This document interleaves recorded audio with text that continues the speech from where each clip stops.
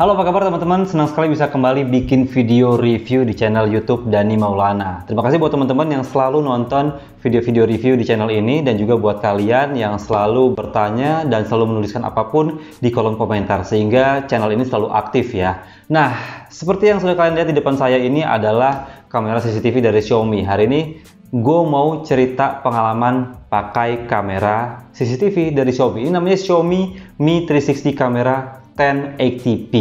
Nah, ada dua dus di sini. Ini adalah pembelian kedua. Langsung gue beli 2 unit. Nah, sebelum gue ngomong lebih lanjut cerita pengalaman gue pakai kamera CCTV ini yang pertama kalinya, dan sampai gue beli 2 unit lagi, jadi di rumah gue ada 3 kamera CCTV dari Xiaomi ini. Ini dia speknya.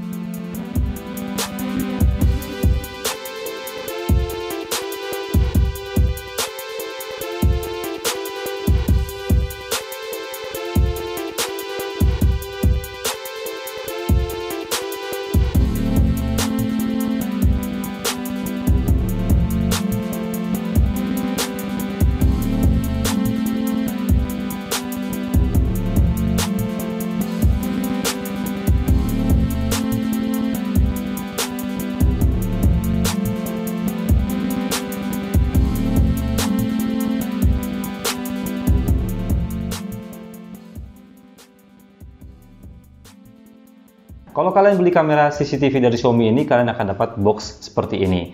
Nah, isinya adalah kamera dan juga box kecil ini. Box ini isinya adalah kabel Type-C. Ini sekitar 2,5 meteran atau 2 meteran. Lalu ada ini pengait buat di dinding, jadi kalian bisa di dinding atau di plafon kalian bisa pasang CCTV-nya terbalik seperti ini. Tapi jangan khawatir, frame-nya akan tetap normal. Terus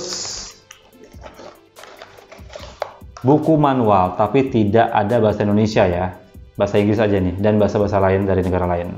Kalau kalian beli Xiaomi ini, dalam box ini kan kalian cuma dapat kabel dan pengait termasuk kameranya, kalian tidak dapat colokannya ini. Nah, ini karena gue beli di online, ini pembelian kedua gue di toko yang sama, nanti gue share tokonya. Ini kalian dikasih apa namanya ini, colokan. Ini colokan third party. Kalian juga kalau misalnya kalian nggak dikasih, kalian beli di toko lain dan nggak dapat colokan ini, kalian bisa beli colokan manapun yang kapasitasnya 5 volt 2 ampere dia punya output ya. Ini kalian bisa pakai colokan manapun. Oke, sekarang kita coba nyalakan sambil kita setup. Nanti gue juga screen record ya di handphone agar kalian bisa melihat progresnya seperti apa. Oke, pertama kita colokin dulu ke listrik. Kita singkirin dulu ininya.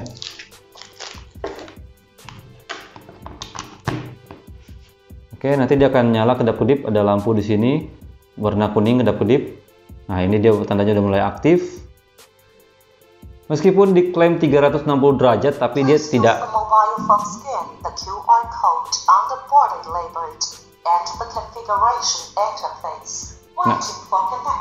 Nah, dia tidak akan berputar sampai 360 derajat sampai balik lagi ya, tapi dia berputar sampai agak mentok ke belakang dan dia kembali lagi sampai ke sisi satunya lagi. Oke, ini suara dari kameranya dia minta untuk dikoneksi. Sekarang kita mulai koneksikan. Sekarang gue screen record ya, buat teman-teman juga bisa lihat nanti di videonya. Oke, kalian harus install namanya Mi Home. Ini dia aplikasi Mi Home. Nah, di aplikasi ini kalian langsung pencet plus di pojok kanan atas. Ini kalau kalian lihat tulisan kamera ini adalah display kamera CCTV gue yang pertama. Ini ada di depan rumah, yang dia tampilannya seperti ini. Oke, kita add dulu yang ini ya. Kita add device. Nah, ini muncul langsung. Oke, sudah muncul. Kita setup wifi-nya dulu.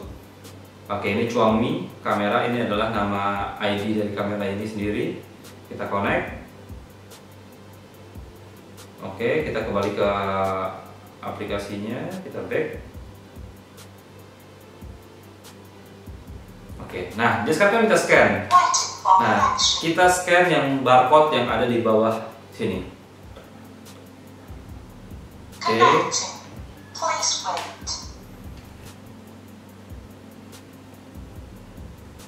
Kita tunggu ya.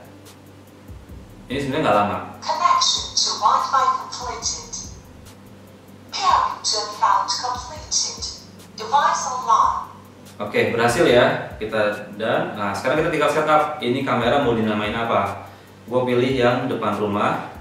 Terus kita set kamera shortcut. Artinya nanti di halaman home di aplikasi Mi Home itu akan muncul si kamera ini, tampilan dari kamera ini. Kita juga add favorit. Nah ini kita tetap samain aja namanya. Kita mulai.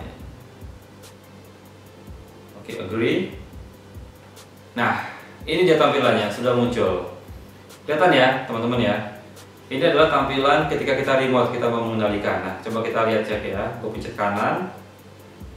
Nah, dia berputar ke kanan, dia pan kanan. Nah, mentok sampai sini. Nah, ini dia mentoknya. Mentoknya sampai 180 derajat ya, sampai tarik lurus. Tapi dia tidak bisa berputar kembali ke sana ya dengan sudut yang sama. Dia harus putar balik ke sini. Nah, dia terus kita putar terus. Nah, mentok. Oke. Sekarang kita lurusin lagi ke sana ya, ke depan kamera.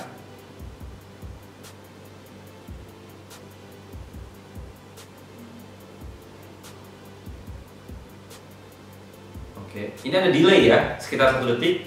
Jadi ketika kalian pencet, dia akan merespon 1 detik kemudian. Oke, nah sekarang kita main angguk ya. Kita up. Oke, kita tail down.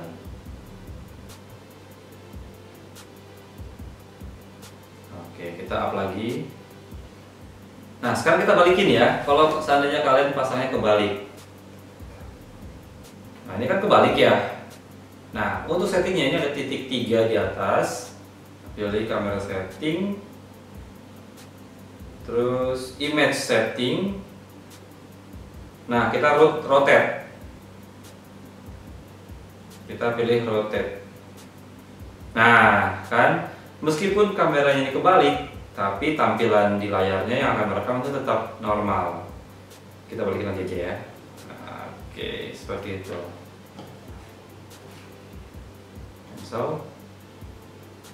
Nah, selain itu ada pilihan lain, ada sleep setting. Di sini kalian bisa pilih ini mau sleepnya berapa lama, dia akan aktif terus atau enggak. Terus ada image setting seperti tadi. Nah, di sini ada timestamp. Kalau gue sih butuh timestamp karena ketika ada kejadian sesuatu yang buruk, kita bisa tahu ini kejadiannya di tanggal berapa, di jam berapa. Jadi secara lebih presisi ketahuannya. Ini bisa jadi bukti ke kepolisian seandainya ada kasus kejahatan yang terekam CCTV kita. Nah, itu ada lens distortion correction. Nanti kalau saya kalian matikan fitur ini, distorsinya akan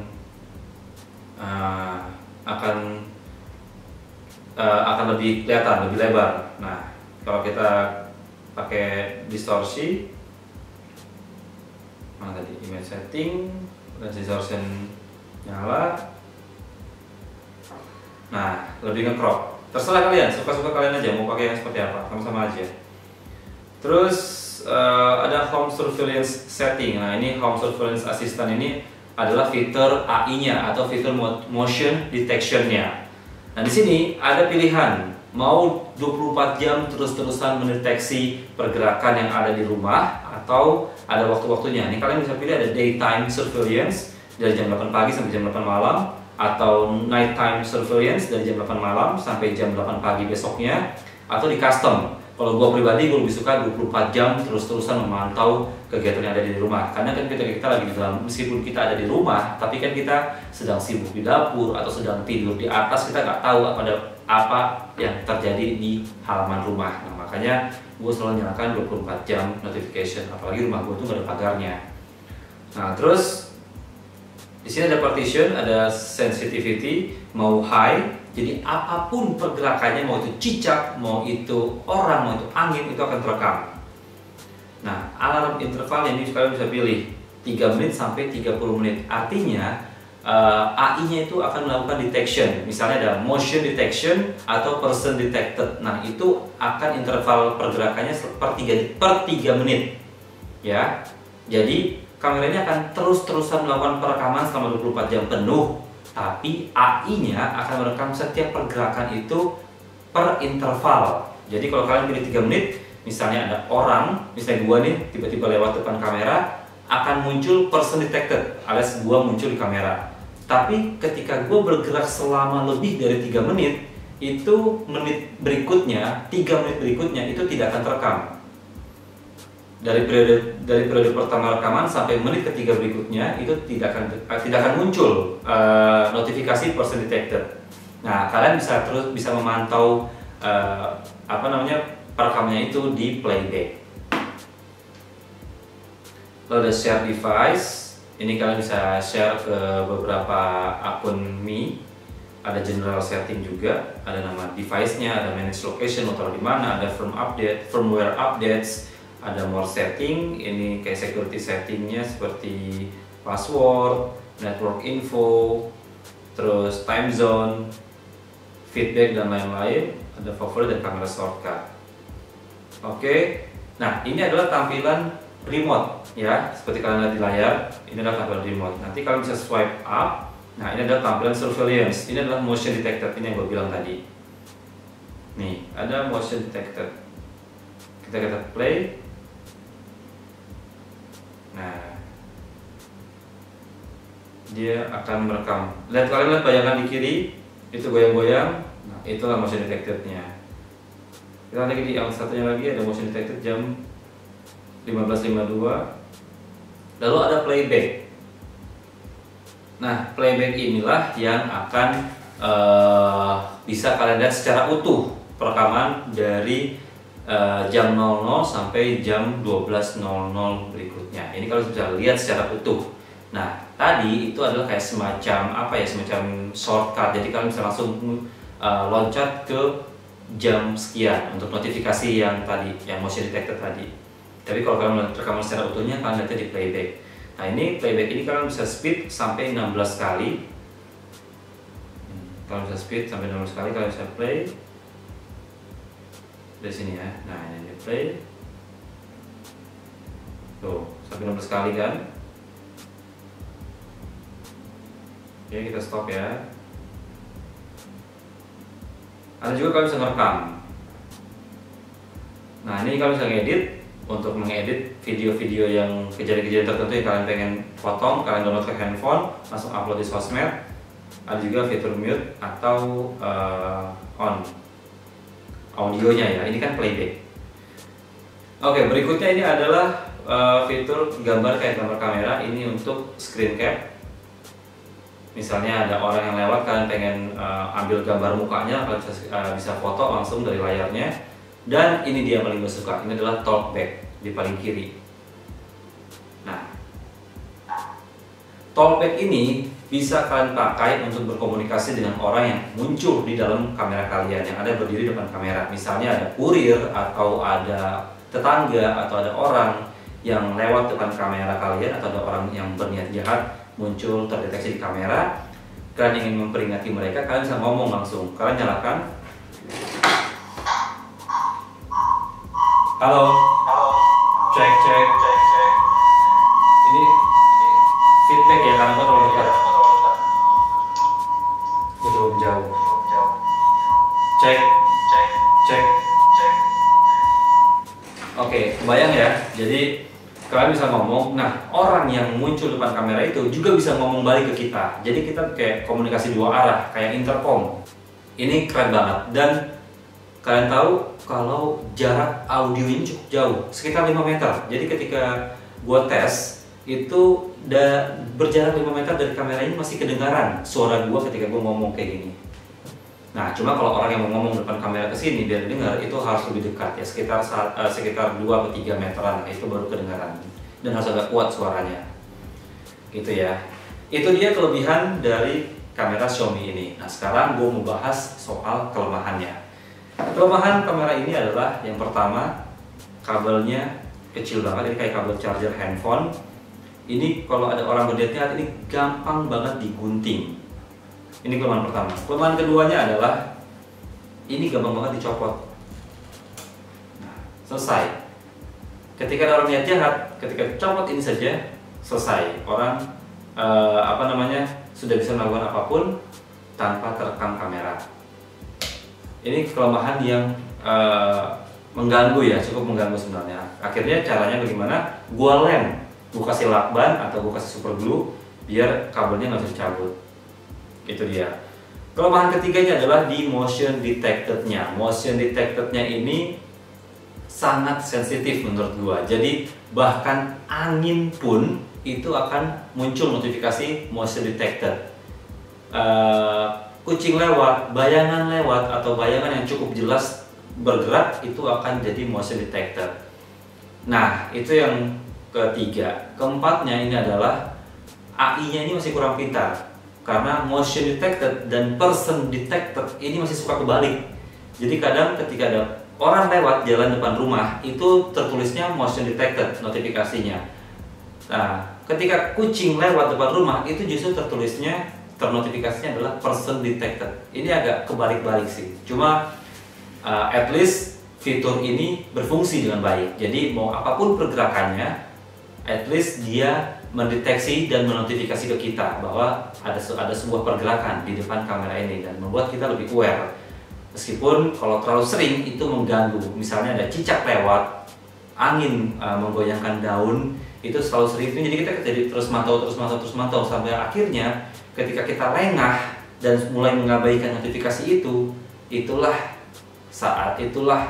hal buruknya ketika ada kejahatan yang benar-benar terjadi, kita sudah mengabaikan notifikasi itu. Karena terlalu sering notifikasinya ini memberikan peringatan-peringatan yang sepele, misalnya gerakan angin dan gerakan kucing yang tadi gue bilang.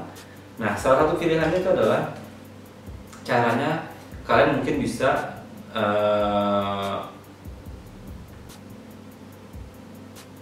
partition sensitivity-nya dikurangi jadi low, tapi gue pribadi kurang menyarankan ini karena takutnya ada pergerakan dan tidak terdeteksi karena dia pakai fitur low, itulah akan sangat merugikan kita sendiri.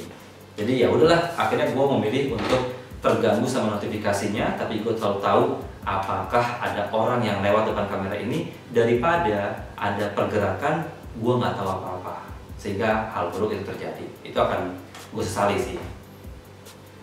Oke teman-teman, itu dia review singkat atau mungkin kepanjangan ya tentang kamera ini, kamera CCTV dari Xiaomi Mi 360 kamera 1080p. Kenapa gue pilih yang versi Full HD saja, gue nggak pilih yang versi 2K yang paling baru, karena menurut gue Full HD ini udah cukup banget, fiturnya udah cukup lengkap, kualitas gambarnya pun cukup tajam. Jadi wajah orang itu cukup jelas terekam, meskipun malam ini masih cukup terang. Jadi gue nggak perlulah merekam kamera yang butuh kamera yang merekam sampai kualitas 2K. Ini dia footage saat perekaman siang.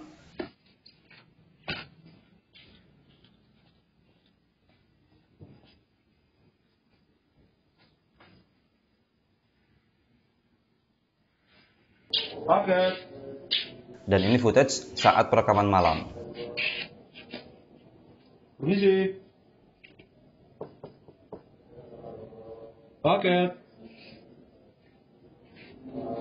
Dan gue butuh kecepatannya sih. Seandainya ketika gue pakai 2K, kecepatan download ke handphone dan upload ke sosmed itu akan lebih lama. Itu sih pilihannya, dan harganya murah.